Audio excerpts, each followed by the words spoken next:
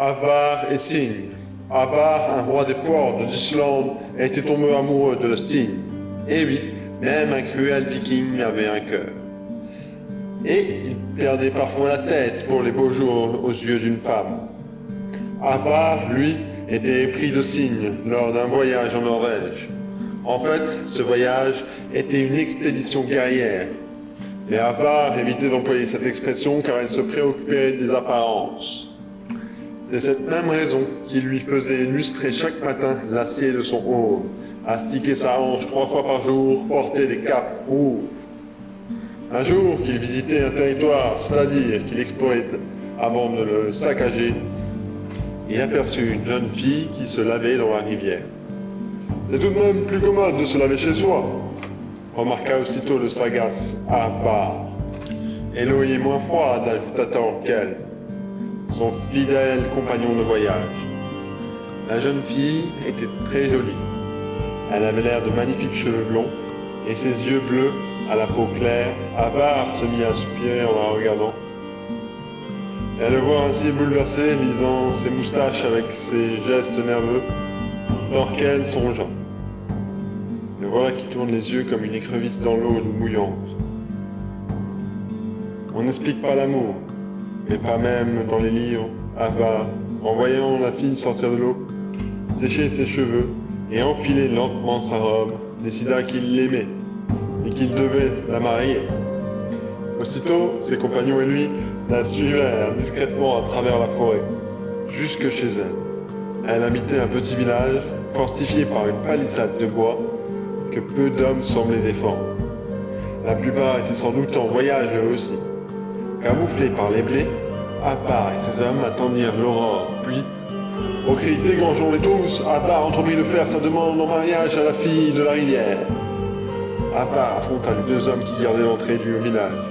Le hasard voulait qu'ils se fussent les frères de la jeune fille. Au terme d'un combat qui était estimé loyal, on leur avait simplement attaché les mains dans le dos et bordé les yeux. Il coupa le premier en deux parties égales, grâce à Brewaux, sa hache d'or, et il étrangla l'autre de sa main puissante. Mais il ne suffit pas à Avvar d'avoir pris la vie de 2 hommes malheureux. Il lui fallait ainsi qu'il l'avait prévu emporter la jeune fille comme un butin. Ses compagnons s'apprêtaient donc à défoncer la porte de la palissade. Lorsque l'un d'eux fut transpercé d'une flèche, les hommes du village rentraient d'expédition. À la tête des villageois se trouvait leur chef, Silvor de Lebeg, l'oncle de Sign, et ses 2 frères assassinés par Avvar. En les voyant si nombreux, les guerriers de Avvar prirent la poudre d'escampette. On le lança sans poursuite, mais en vain. Leur poudre était vraiment d'excellente qualité. Mais Avvar et ses hommes atteignirent l'orée du bois en un rien de temps. Un cousin de Silvor lui cria « Qui es-tu, toi qui nous as attaqués comme un loup ?»« Je suis Avvar le rusé, répliqua le fuyard. Et toi, qui es-tu ?»« Silvor le bègue, prit la parole. Je suis. Le cousin répondit à sa place. Silvor le bègue. Pourquoi le bègue demanda Avvar le curieux. Parce que. Ça va, répondit Avvar, j'ai compris. Il leva la main et ses guerriers s'enfoncèrent sans plus tarder dans la forêt profonde. Quelques jours passèrent. Avvar pensait toujours à la jeune et apportait un stratagème pour la revoir. Il était brave et rusé, mais un peu excentrique. Aussi l'artifice qu'il inventa pour arriver à ses fins était plutôt farfelu. Il était hors de question de se rendre en personne au village. Vous l'aurez reconnu et en toute sa possibilité servi à engloutir au chien. Tandis qu'il réfléchissait à la partie à prendre, il fut distrait par les cris de 2 femmes capturées au cours de l'expédition, en prise avec 9 vikings. Avvar observa attentivement ces femmes et une idée lumineuse lui vint. Il s'écria « Kalverbursklik », c'est-à-dire « Tendons nos veaux ». Ce qui, dans le contexte, pourrait se traduire par « Eureka ».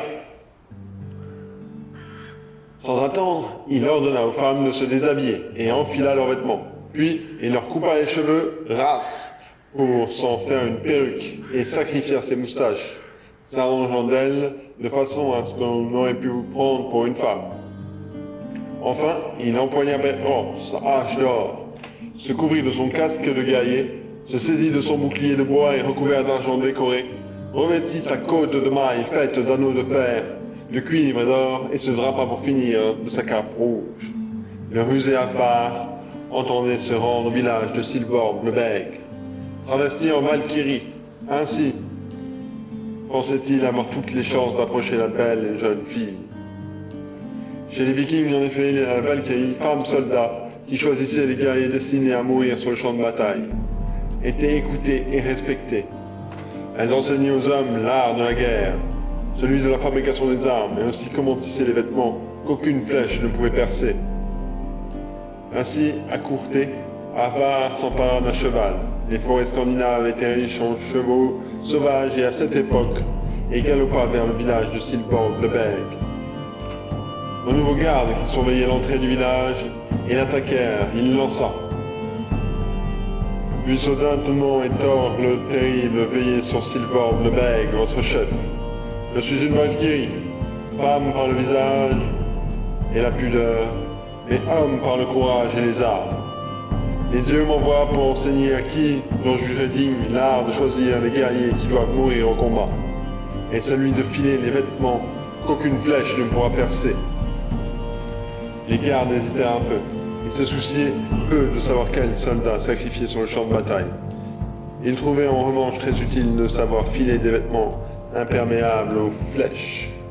Ils firent donc entrer la Valkyrie et la présentèrent à Silborg le Bègue. Afar, sous son déguisement, expliqua son affaire et demanda qu'on lui présente la jeune fille du village. Quand il reconnut Signe, il s'avança vers elle, se reteignant à grand-peine de l'embrasser. « Comment t'appelles-tu » lui demanda-t-il d'un ton aigu pour dissimuler sa voix rauque. « Je suis Signe, Grétis sort qu'il murmure dire. Grétir snior qu'il murmure dire. Quel nom charmant. Puis-je te surnommer Signe aux beaux cheveux? Oui, s'il te plaît davantage, accepte la jeune fille. Signe reprit la fausse Valkyrie. Je suis prête à t'apprendre des choses admirables, à la seule condition que nul n'entre dans la pièce où nous serons durant mon enseignement. Je consens bien volontiers, dit Signe aux beaux cheveux, avec un sourire angélique.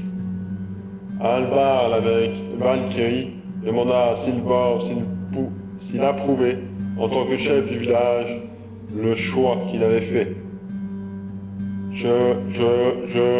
Au bout de 15 secondes, Silborg d'un geste fit de la tête qui signifiait « Je suis d'accord ». Afar prit congé de Silborg et suivit Signe, qui s'introduisit chez elle. Elle habitait chez son père, Romur Svansson, surnommé Romur le Putois. Celui-ci était très heureux que son enfant ait été choisi. La fille d'un homme riche. Signe avait une grande chambre et des esclaves.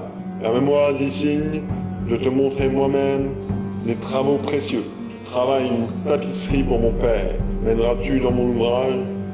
C'est que je ne sais point tisser, avoua Afar, un peu confus et sans réfléchir. N'est-il pas étrange que vous ignorez? Fit remarquer sans malice une esclave qui l'accompagnait toujours, Signe.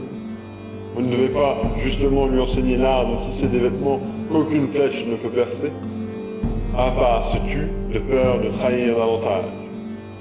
Signe ordonna qu'on lui apporte de la bière. Afar avait soif, en but d'un demi-tonneau d'une traite. Jamais je n'ai vu boire une femme autant, s'étonna l'esclave de Signe. Et jamais une femme n'a si bien supporté l'alcool, ajouta-t-elle. Jamais l'esclave n'a jagassé de la sorte, reprit Afar en la regardant sous le nez. Le Signe ne prêtait point oreille aux propos de son esclave. Tant elle était charmée par cette Valkyrie à la voix singulière et au regard trouble. La journée passa, Afar ne quittait pas le Signe d'un seul instant, et lorsque la nuit vint, il dit à celle-ci qu'il aimait, Écoute, Signe, si tu veux que je t'apprenne l'art de choisir les guerriers qui doivent mourir au combat, et celui de tisser les vêtements qui résistent aux flèches, il faut que tu renvoies ton esclave. Nous devons rester seuls. C'est juste, répondit Signe. Et elle pria son esclave de sortir de sa chambre. Mais on ne peut point dormir d'abord, je n'en peux plus, le sommeil me gagne. Suis-moi demain. Signe dénoua ses cheveux ondoyants comme un nain de près, puis elle ôta ses vêtements et se coucha dans son lit recouvert de peau d'ours. « Ne viens-tu pas te coucher » demanda-t-elle à Avbar. « Me voici » répondit-il. Il enleva son casque et ses côtes de mailles, déposa à terre le bouclier de Brelpor, sa hache d'or dont il ne se séparait jamais, et glissa sur les lourdes couvertures. « Pourquoi ton sein n'est-il pas rond comme celui des autres femmes » s'étonna le jeune Signe. « Parce qu'au beau pays des dieux, les femmes m'accompagnent, les hommes au combat. Les seins ronds seraient un étroit dans une cuirasse. »« C'est juste, répondit Signe. « Que m'apprendras-tu demain » murmura la jeune fille. L'astucieux Avvar répondit « Demain est un autre jour. Je t'apprendrai d'abord à mêler nos souffles. » Ils nouèrent leurs doigts et se marièrent leurs chevelures. La nuit fut longue. Une saison passa de la sorte. Signe n'avait toujours rien appris de ce que la Valkyrie avait prétendu lui enseigner. En revanche, Avvar était devenu son amant, l'esclave de Signe. Elle avait remarqué le gros ventre de la fille de Rumur le putois. Ce n'est pas l'enseignement des Valkyries qui donne le ventre rond, pensa-t-elle. Tout cela va mal finir, je le sens. Oui, ça va mal finir. Elle se mit à épier sa maîtresse et son hôte étrange. Une nuit, elle ouvrit la porte de la chambre de Signe et constata que la Valkyrie abandonnait ses armes auprès du seuil. Plus tard, elle pénétra sans bruit dans la pièce éclairée par un rayon de lune et reconnut sans peine dans Avvar l'un des guerriers qui avait tenté de prendre son village. S'emparant de ses armes, elle alla sans tarder réveiller Humur le putois, puis, en passant son nez, il chuchota. « Éveille-toi, oh, Humur le putois, debout ! Il ne convient pas de dormir quand un homme est dans le lit de Signe, ta fille. » Humur se réveilla en sursautant. Il reprit rapidement ses esprits et bougonna. « Tais-toi, maudite esclave, comment oses-tu salir le nom de ma fille, la plus pure d'entre nous toutes? Demain, avant que le soleil se couche, tu seras morte. » L'esclave sortit un instant dans la chambre de son maître. Elle inspira une bouffée d'air frais, puis revint dans ses pas et dit dans un souffle. « Écoute plutôt et regarde. Voici les armes que j'ai dérobées à celui qui est dans le lit de ta fille. Le casque et le bouclier, la côte de maille et cette hache d'or. Il n'est point une Valkyrie, mais un imposteur qui profite des grâces de Signe. » Humur tenta de contenir sa colère, ce qui chez lui était chose rare. Et il fit appeler ses parents, réveilla ses cousins et ses frères et tous ses voisins. Fort de cette escorte, Humur se dirigea dans la chambre de Signe en fulminant. « Je serai dévoré cet homme par les aigles, pensa-t-il furieux. Arrivé à la porte, Humur frappa 3 fois et hurla. « Sors d'affronter mes hommes si tu l'oses !» Avvar bondit de sa couche et chercha partout ses armes. « Mon casque, ma côte de maille, mon bouclier, et toi ?»« Renmox, ma hache d'or qui donne la mort, où êtes-vous » Les guerriers défoncèrent la porte et se jetèrent sur lui dans une grande clameur. Mais Avvar ne s'en rendit pas. De ses seuls poings, il entendit 30 guerriers, et des plus valeureux, tandis qu'à 30 autres, il fit mordre la poussière, et que 30 autres encore, frappés par lui, s'enfoncèrent dans la mort. Seul Munir le putois résistait, car Avvar pouvait le combattre sans tenir son souffle, et il enfonçait avec rage ses doigts dans les narines. Il n'avait alors plus que ses pieds pour se défendre. On tenta de l'enchaîner, mais Avvar brisait toutes ses chaînes. L'esclave de Signe, qui observait le combat depuis la cuisine, s'approcha et affirma d'un ton docte. « Tu ne parviendras jamais à entraver avec ces chaînes robustes. Prends plutôt les cheveux de Signe, un seul cheveu d'or, et noue-le autour de la main de Avvar. Ce cheveu, il n'arrivera pas à le rompre. » C'est ce que l'on fit, et Avvar fut enfin ligoté. La surprise était grande. Rumur le putois demanda à l'esclave. « Comment connais-tu la façon d'enchaîner un guerrier, toi, esclave de la maison ?» Et l'esclave d'expliquer, sur un ton suffisant. « C'est qu'avant que tu me fasses prisonnière pour me réduire en esclavage, j'étais l'épouse d'un grand roi, friand des contes de fées. Or, dans l'un de nos contes, on attachait ses ennemis exactement de cette manière. Les Vikings se réjouirent d'un tel propos chez une esclave que l'on croyait inculte et dépourvue d'esprit. Profitant du répit que celui-ci procurait à cette diversion, Afbar se tourna vers Signe et lui chuchota. Signe, si tu m'aimes, promets-moi de ne pas me survivre, non plus que l'enfant que tu portes. Quand tu verras au loin s'agiter la cape rouge dont je me suis séparé jamais, c'est qu'ils m'auront pendu au plus grand arbre de la place. Mets alors le feu à ta chambre et à la grande maison de ton père, ainsi nous mourrons ensemble. Signe ne répondit pas, la douleur la rendait muette. Elle redoutait d'avoir frôlé la cape rouge de son amoureux. On traîna Afbar à travers le village, en arrivant au pied du plus grand arbre de la place. Celui-ci dit à Homme mûr, je vais mourir, tu me dois une faveur. Porte d'abord cette cape rouge à cet arbre. Je voudrais la voir flotter au vent. Quel est l'intérêt de voir flotter cette cape, siffla mur, avec dédain? Je gagnerai quelques instants de ma vie. Pour un condamné à mort, une seconde vaut une vie entière. Romulur ordonna que l'on suspendît la cape rouge. Dans la grande maison déserte, Signe attendait le signal fatal. À la vue de la cape qui flottait au vent, elle pensa que son amant était mort. Elle ferma les portes et répandit par terre l'huile de la baleine et qu'elle enflamma. La grande maison de Rumur se mit aussitôt à brûler. Au même moment, on ajustait la corde autour du cou d'Afbar. Le putois allait donner l'ordre de faire rouler la bûche sur laquelle était traîné était monté. Lorsqu'on entendit soudain résonner une corde, on appelait au feu. « C'est ta maison qui brûle, dit Rumur. C'est ta fille qui meurt, hurla à désespoir un cousin de Rumur. Et c'est le petit-fils que tu n'auras jamais, entendit-on depuis le brasier. C'était Signe aux beaux cheveux qui criait à son père. On suivra dans la grande maison en abandonnant Afbar à la corde autour de son cou. En arrivant chez lui, Romulur ne vint qu'un immense brasier, où se consumaient ses biens et la fille qu'il chérissait le plus que tout au monde. Il n'y avait plus rien à faire.